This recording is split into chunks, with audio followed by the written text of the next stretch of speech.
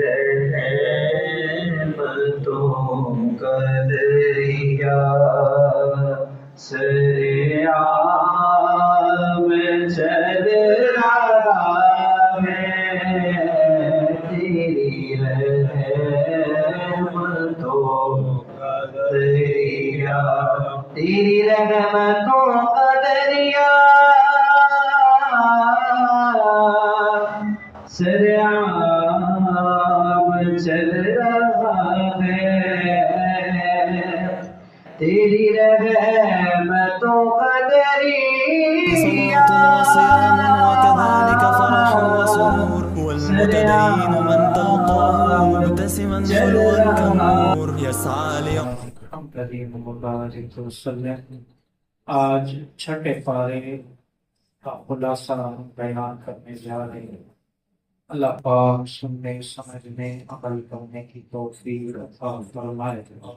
اللہ تبارک و تعالیٰ نے چھٹے پارے میں ارشاد فرمایا، جس کا مفہوم ہے کہ ہر قسم کے منفی پر مکنڈے سے اپنے آپ کو بچائیں، یعنی منفی سرگرمیوں میں دلچسپیاں لینے سے اپنے آپ کو دور رکھیں، اور منفی پروپگنڈے پروگرام منصوبے بنتے ہیں نا، تو بعض اوقات انسان دوستی، یاری، تعلق، رشتہ داری میں حصہ بن جاتا ہے، تو اللہ نے اس چیز سے منع کی۔ اگر کسی دینی یا دنیاوی نقصان سے بچنے کے لیے کسی کی برائی ناگزیر ہو تو بوقت ضرورت، بقدر ضرورت پر اتفاق کریں۔ یعنی اگر کسی کی دینی دنیاوی نقصان سے بچانے کے لیے کسی مسلمان بھائی کو آگاہ کرنا مقصود ہو کہ یار یہ بندہ اس بندے کے ساتھ بیٹھتا ہے، یہ بندہ تو بڑا غلط ہے، اس کو دینی بھی نقصان پہنچ سکتا ہے، دنیاوی بھی نقصان پہنچ سکتا ہے، تو پھر بقدر ضرورت اس کی آپ برائیاں بیان کر سکتے ہیں تاکہ کسی مسلمان کا بھلا ہو جائے۔ اسی طرح چھٹے پارے میں حضرت عیسیٰ علیہ السلام اور تمام انبیاء کرام کا دل سے احترام کرنے کا حکم دیا ہے، لیکن بخودی جان لیں کہ کسی انسان کی عبادت قطعاً جائز نہیں ہے، خواہ وہ کتنے بڑے مقام و مرتبے پر فائز کیوں نہ ہو۔ عبادت کے لائق صرف اللہ رب العالمین کی ذات گرامی ہے۔ اسی طرح اللہ تبارک و تعالیٰ نے چھٹے پارے میں اپنے وعدوں اور معاہدوں کو پورا کرنے کا ایمان کا لازمی تقاضا ہے، ایمانی تقاضا ہے کہ اپنے وعدوں کو اور معاہدوں کو جو بھی آپ نے کیے ہیں ان کو پورا کریں، اور اسی طرح اللہ پاک نے برے کاموں میں کسی کی مدد نہ کریں، برائی کے معاملے میں کسی مسلمان کے خلاف کسی کو نقصان پہنچانے کے لیے، کسی کو گرانے کے لیے، کسی کو کسی جگہ سے اپنے مفادات کے لیے ہٹانے کے لیے اللہ نے فرمایا کہ برائی میں کسی کی مدد نہ کرو اور نیکی میں بڑھ چڑھ کر معاون و مددگار بنو۔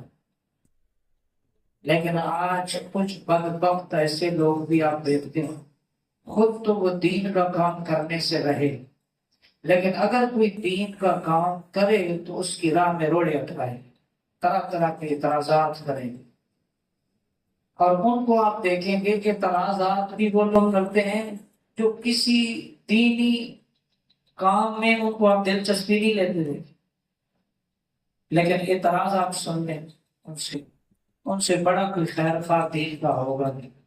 تو ایسے بدبختوں سے بچنے کا حکم دیا گیا ہے۔ بات کرنے سے پہلے بات کرنے والے کو ذرا دیکھو بھی صحیح کہ وہ دین کے معاملے میں کتنا خیر خواہ ہے، کتنا درد رکھتا ہے۔ ایسے نہیں ہے کہ ہمارے ہاں آج جو ایک ہے سنی سنائی باتوں پر ہم جو ہے وہ اگلے آدمی کے بارے میں اپنا جو ہے وہ ایک اس کے بارے میں جو ایک کیا اس کو بولیں گے، اس کے بارے میں وہ چیزیں ہم اپنی طے کر لیتے ہیں، فیصلہ کر لیتے ہیں بھی ایسا ہی نہیں۔ سنی سنائی انسان کے جھوٹا ہونے کے لیے اتنا کافی ہے کہ وہ سنی سنائی باتوں پر یقین کر لے، اعتبار کر لے، سنی سنائی باتوں پہ اعتبار نہیں کرنا چاہیے، بلکہ مومن کو حکم دیا گیا ہے کہ جب تمہارے پاس کوئی بات پہنچے تو پہلے بات پہنچانے والے کو دیکھو وہ کیسا ہے، کہیں وہ باتوں میں ملاوٹ کرنے والا تو نہیں، کہیں وہ لڑائی کروانے والا تو نہیں، لگائی بجائی والا تو اس کا کام نہیں ہے۔ اور پھر فرمایا گیا کہ اللہ نے تمہیں عقل بھی دی ہے، آنکھیں بھی دی ہیں، دل بھی دیا ہے، سب کچھ دیا ہے۔ اگر کسی سے تمہاری تو میں ہو جائے تو بات نہیں کرنے دیتے تم لوگ، لیکن جب تمہارے پاس کسی کی بات پہنچ جائے تو بس، بھلے وہ مولوی کی پہنچے یا کسی کی بھی پہنچے، بس اس پر اپنا فیصلہ کر لیتے وہ ایسا ہی ہو۔ نہ فرمایا اس کی خوب تحقیق کرو، تصدیق کرو، اپنی آنکھوں سے دیکھو، جب تم دیکھ لو جو تمہارے پاس بات پہنچی ہے پھر کوئی اپنا فیصلہ کرو اور پھر کوئی چیز اپنی اس پر۔ اسی طرح اللہ تبارک و تعالی نے فرمایا مردار جانور ذبح کے وقت نکلنے والا خون، یعنی جب جانور ذبح کیا جاتا ہے وہ جو بہتا ہوا خون ہے وہ بھی حرام ہے، اور اسی طرح جس پر بغیر تکبیر کے مر گیا وہ بھی مردار ہے، اور اسی طرح خنزیر کا گوشت، اور اسی طرح جو غیر اللہ کے نام پر ذبح کیا گئے سب حرام ہیں، ان کے کھانے سے اجتناب کیا جائے۔ چھٹے پارے میں اللہ تعالیٰ نے فرمایا دین مکمل ہو چکا ہے، اب کسی انسان سے اس میں کسی پیشی کا کوئی اعتبار نہیں ہے، یعنی اب اس میں کوئی ملاوٹ نہیں کرو، دین مکمل ہو گیا، جو آ گیا اسی کو قبول کرو، اس پہ عمل کرو، اسی میں تمہاری کامیابی ہو۔ پھر آگے فرمایا کہ تربیت یافتہ شکاری کتے کا شکار کچھ شرائط کے ساتھ، شریعت میں کچھ شرائط مقرر فرمائی ان کے ساتھ حلال ہے۔ نماز پڑھنے کے لیے باوضو ہونا ضروری ہے، اگر وضو کرنا ممکن نہ ہو تو پھر آپ تیمم کریں۔ اسی طرح اللہ پاک نے فرمایا کہ فلسطین پاکیزہ سرزمین ہے، جو فلسطین ہے جہاں مسجد اقصی ہے وہ پاک سرزمین ہے، اور اسی طرح دوست ہو یا دشمن، حد سے تجاوز ناانصافی کسی کے ساتھ جائز نہیں، یعنی جب تم کسی کے ساتھ کوئی بھی معاملہ کرو حد سے زیادہ تجاوز نہ کرو، ناانصافی نہ کرو۔ آج کل آپ دیکھ لیں ہمارا جو رشتہ دار ہو، ہمارا برادری کا ہو، ہمارا کوئی دوست ہو، جان پہچان والا ہو، اس کے لیے ہمارا پیمانہ کچھ اور ہے، اور جس سے ہماری نہ بنتی ہو، جو ہمیں آنکھوں میں کھٹکتا ہو، تو ہمیں دل میں چبھتا ہو، اس کے لیے ہمارا پیمانہ کیا ہے، کچھ اور ہے۔ قرآن یہ کہہ رہا ہے کہ جب تم کسی کے ساتھ کوئی انصاف والا معاملہ کرو، وہ تمہارا اپنا ہو یا پرایا، دوست ہو یا دشمن، حد سے نہیں بڑھنا، کسی کے ساتھ زیادتی نہیں کرنا، انصاف سے کام نہیں۔ اسی طرح اللہ تبارک و تعالیٰ نے فرمایا حسد سے بچیں، اس کی وجہ سے ایک بھائی نے دوسرے بھائی کو قتل کر کے قتل ناحق کا قبیح سلسلہ شروع کیا۔ اس روئے زمین پر سب سے پہلا جو قتل ہوا وہ کس گناہ کی وجہ سے ہوا؟ وہ حسد جیسے گناہ کی وجہ سے ہوا۔ حسد، یہ جو حسد ہے نا، یہ بہت بڑی لعنت ہے۔ بھائی بھائی کو جدا کر دیے، بھائی تھے دونوں، حضرت آدم کے بیٹے تھے۔ قابیل نے حضرت حابیل کو قتل کر دیا، کس وجہ سے؟ اس کے نکاح میں آنے والی جو لڑکی تھی وہ خوبصورت تھی، اور قابیل کے نکاح میں آنے والی شکل و صورت کے اعتبار سے خوبصورت نہیں تھی، تو وہ اس حسد میں کہ اس کے پاس کیوں خوبصورت ہے، میرے پاس کیوں نہیں، اس حسد کی وجہ سے پہلا قتل ہوا اس روئے زمین پر۔ اس کو کیوں عزت مل گئی ہے، مجھے کیوں نہیں عزت ملی، اس کے ہاتھ لوگ کیوں چوم رہے، میرے کیوں نہیں چوم رہے، اس کے درس میں لوگ کیوں زیادہ بیٹھتے ہیں، میری بات کیوں نہیں سنتے ہیں، اس کی لوگ بات کیوں سنتے ہیں، میری کیوں نہیں سنتے۔ یہ آج کل حسد میں اس طرح کی چیزیں ہوتی نہیں ہوتی۔ خاندان میں اس کی عزت کیوں نہیں، کیوں ہے، میری عزت کیوں نہیں ہے، بہن بھائیوں میں اس کو کیوں چاہت دی جاتی ہے، مجھے کیوں نہیں چاہا جاتا ہے، ایسے ہوتا ہے نہیں ہوتا؟ یہ تو اللہ کی عطا ہے، وہ جس کو عزت دے، جس کو ذلت دے، وہ جس کو لوگوں کے دلوں میں محبوب کر دے، تو وہی بندے کے اختیار میں تو کوئی نہیں ہے، بندوں کے بس میں ہوتا پتہ نہیں کیا سے کیا کر دیتے، لیکن یہ دلوں میں محبت دینا، عزت دینا، احترام دینا، یہ اللہ کی طرف سے، کسی کے گرانے سے کوئی نہیں گرتا اور کسی کے اٹھانے سے بھی کوئی نہیں اٹھتا۔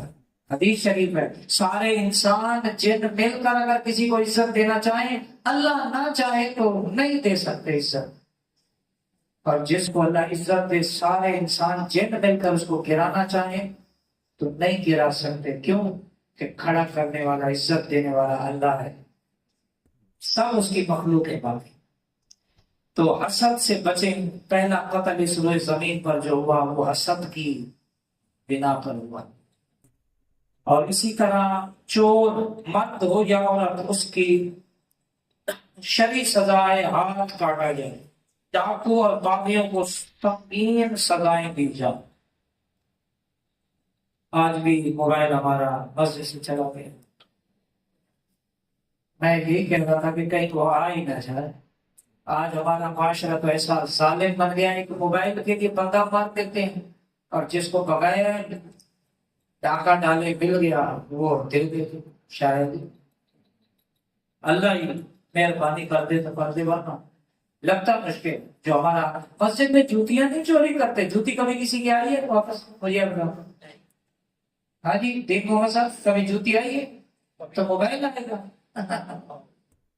وہ دین محمد صاحب نے مجھے بات سنائی، تبلیغ کی جماعت گئی کئی بار ملک تبلیغ کرنے، تو جیسے ہم جوتیاں اتارتے ہیں مسجد میں تو رکھتے ہیں نا دائیں بائیں، تو وہاں نمازیوں نے پوچھا، میں نے کہا یہ کیا کر رہے ہیں؟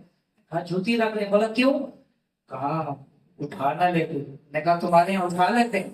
نے کہا ہاں اٹھا لیتے ہیں۔ کہا یہاں سے نکلو، چلو ہمارے یہاں کوئی نہیں اٹھاتا، تبلیغ کی تمہارے ملک میں زیادہ ضرورت ہے، وہاں جاؤ۔ مسجد میں نئی جوتی آپ پہن کے آ سکتے ہیں، واپسی سلامتی کے ساتھ آپ کو مل سکتی ہے۔ کون چوری کرنے آتا ہے؟ یہودی آتے ہیں، عیسائی آتے ہیں۔ جس مذہب کے لوگوں کی عبادت گاہوں میں جوتیاں لوگوں کی محفوظ نہ ہو، وہ کتنی گراوٹ کا شکار اخلاقی طور پر قوم ہو چکی۔ جوتیاں محفوظ نہیں، پھر آپ بتائیں آپ مسلمان کہاں کھڑے؟ اللہ پاک کرم فرمائے۔ اچھا اسی طرح مسلمانوں سے دینی محبت ہونی چاہیے۔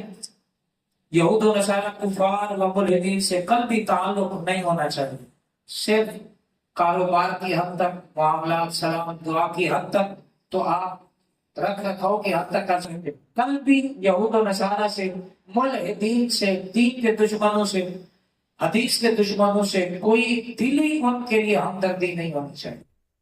دینی محبت وہ مسلمان افریقہ کا ہو، وہ سعودیہ کا ہو، وہ پاکستان کا ہو، ہندوستان کا ہو، اس سے قلبی تعلق ہونا چاہیے۔ اسی طرح اگر تم لوگ دین سے اعراض کرو گے تو اللہ تعالیٰ تمہیں ختم کر کے تمہاری جگہ نئی نسل پیدا کر دے گا، وہ بے نیاز ہے، کسی کا محتاج نہیں۔ فرمایا اگر تم لوگ نئی بات سنو گے نا، دین کی طرف نہیں آؤ گے، دین کی بات نہیں سنو گے، اللہ اور اللہ کے رسول کے احکام بجا نہیں لاؤ گے، وہ بے نیاز ہے، تمہیں ختم کر دے گا، ہلاک کر دے گا، دشمن مسلط کر کے کاٹ دیں گے تمہیں۔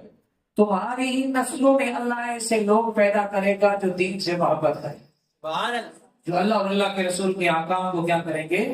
بجا لائیں گے۔ اسی طرح فرمایا آخر میں، فرمایا کہ یہودیوں اور مشرکین میں عیسائیوں کی بنسبت اسلام دشمنی زیادہ ہوتی ہے۔ یہودیوں میں اور مشرکوں میں عیسائی نرم گوشہ رکھتے ہیں مسلمانوں کے لیے، کیا؟ لیکن یہودی اور مشرک یہ سخت دشمن ہے۔ اسرائیل کو دیکھ لو، یہ یہودیوں کا ملک ہے، اسٹیٹ ہے یہودیوں کی، اس کی بنیاد ہی یہودیت پر ہے۔ اور اب دیکھ لو اہل غزہ میں کس طرح کاٹتے ہیں۔ اسی طرح دیکھ لو وہ کوئی اسلامی ملک انہوں نے نہیں بچایا ہوا جہاں پر انہوں نے جو ہے وہ بدامنی نہ پھیلائی ہو، دہشت نہ پھیلائی ہو، فتنے نہ پھیلائے ہو، دیکھ لینا۔ تو فرمایا گیا کہ یہ جو عیسائی ہیں یہ تھوڑا سا مسلمانوں کے حوالے سے نرم گوشہ رکھتے ہیں، یہ جو یہودی اور مشرک ہیں یہ بہت سخت دشمن ہے مسلمانوں کے، تو مسلمانوں کو بھی انہیں اپنا دشمن ماننا چاہیے۔ آج آپ دیکھ لیں کہ کن کو خوش کرنے کے لیے ہمارے حکمران جبیاں ڈال رہے ہیں، سب کچھ کر رہے ہیں۔ تو یہ چند دن کی زندگی ہے، ہر ایک نے رب کی بارگاہ میں جواب دینا ہے، وہ حکمران ہو یا عوام۔ اللہ سمجھنے کی توفیق عطا فرمائے۔ مقتضى ذکر لا الہ الا اللہ، لا الہ الا اللہ، لا الہ الا اللہ، لا الہ الا اللہ، لا الہ الا اللہ، اللہ اللہ اللہ اللہ اللہ اللہ اللہ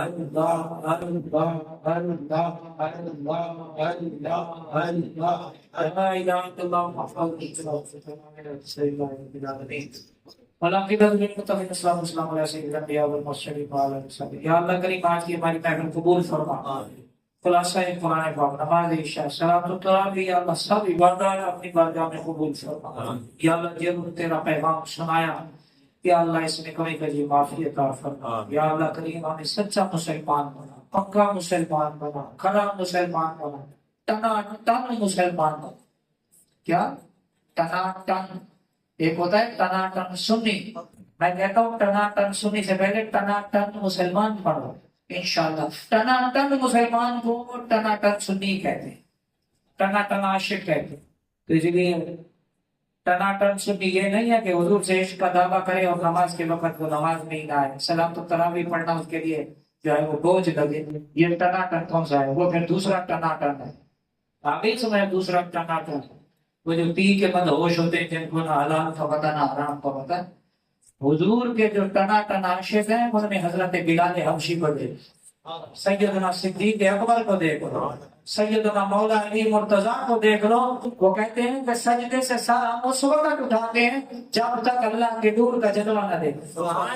یہ ہے ٹنا ٹن عاشق رسول۔ اللہ ہمیں بھی ان کی کچھ برکتیں عطا فرمائے، ہم بھی سچے بن جائیں، کردار کے اچھے بن جائیں، ہمارا ظاہر باطن اچھا ہو جائے، فیضان حاصل۔